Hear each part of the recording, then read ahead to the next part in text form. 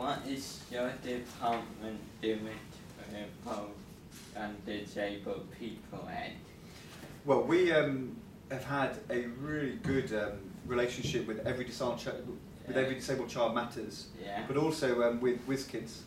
I've had, I think, 4 or 5 different meetings with WizKids, but we've had the young WizKids board come and have 2 of their board meetings in the department. I think they're coming back this week. They're coming on Thursday, have an all-day board meeting here, and what they will do is they will have different people from the department, ministers, me, the officials, will go in and they'll ask them tough questions about how they're dealing with issues for those children.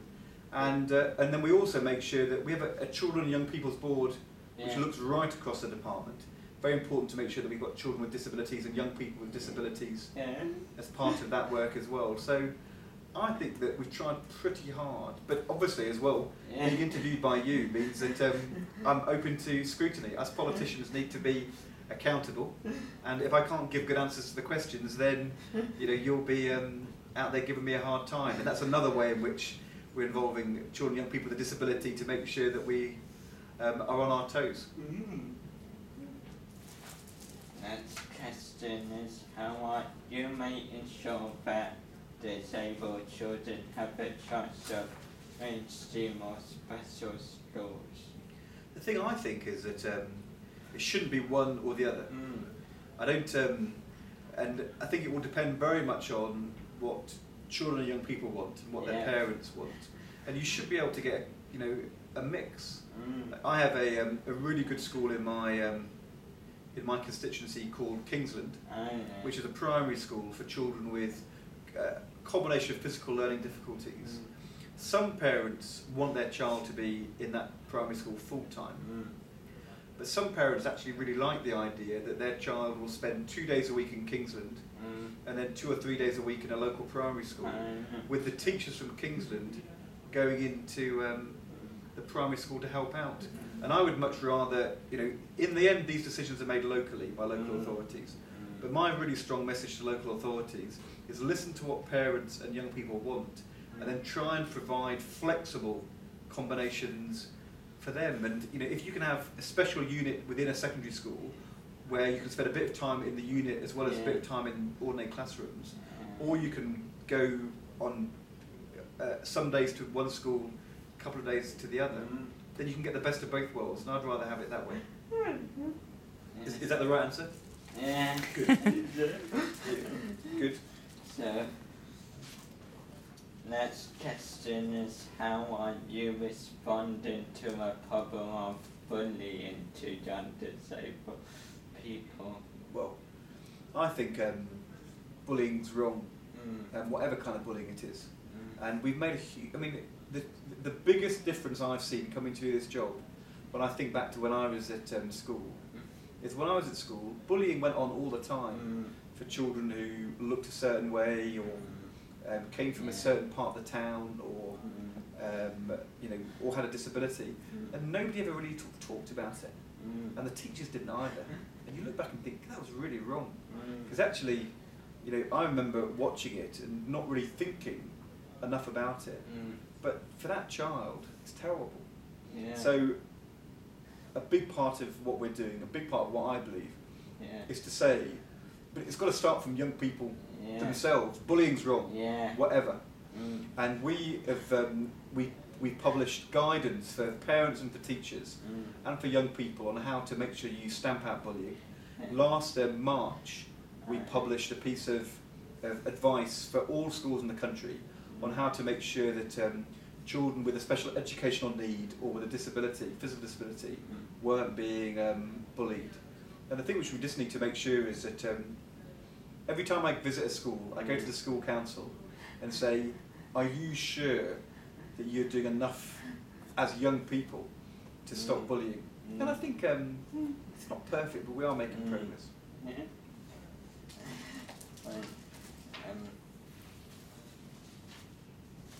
Next question is, how are you ensuring that suitable courses are available to all disabled young people across the country?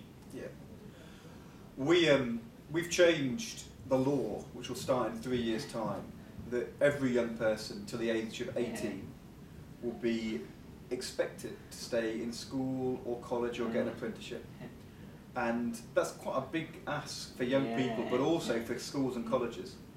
And what that means is we've got to make sure that there's a really good set of choices for every young person in every area. So our connection service, which are the people who give the advice to parents and young people, they are working now with colleges and schools to say, are we sure that we've got options and facilities which will mean that that young people with a disability can have the same choices as everybody else.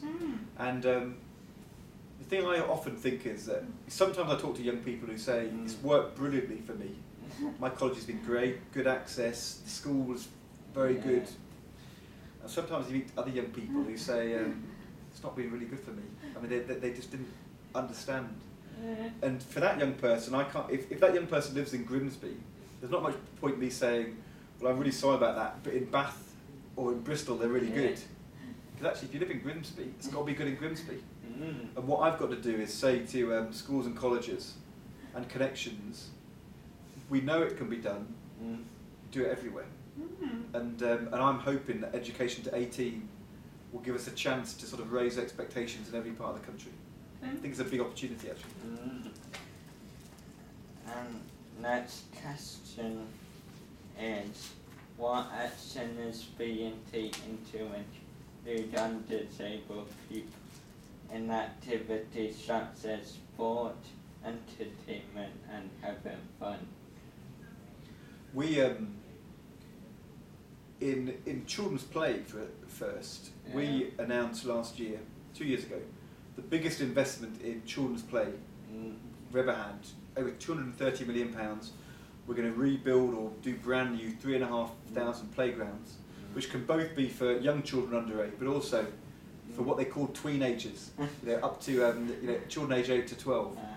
And we said to every local authority, we'll give you £1 or £2 million to do it, but you can only have the money if you show you designed these playgrounds for children with disabilities. And to be honest, it's so frustrating. I mean, this is a great opportunity, but it doesn't cost a lot more money. It's not difficult, but it just requires people to think about it.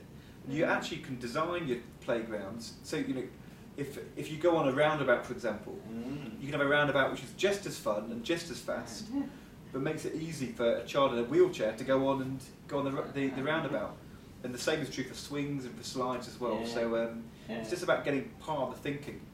And then we've been trying to make sure that more generally around sports and the what's being put on offer, that we make that just every partnership thinking about school sports should be thinking, are we sure that we're going to meet the needs of children with disability in our area?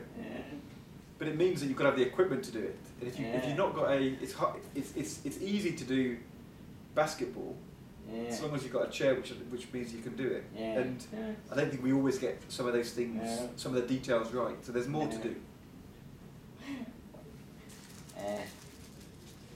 And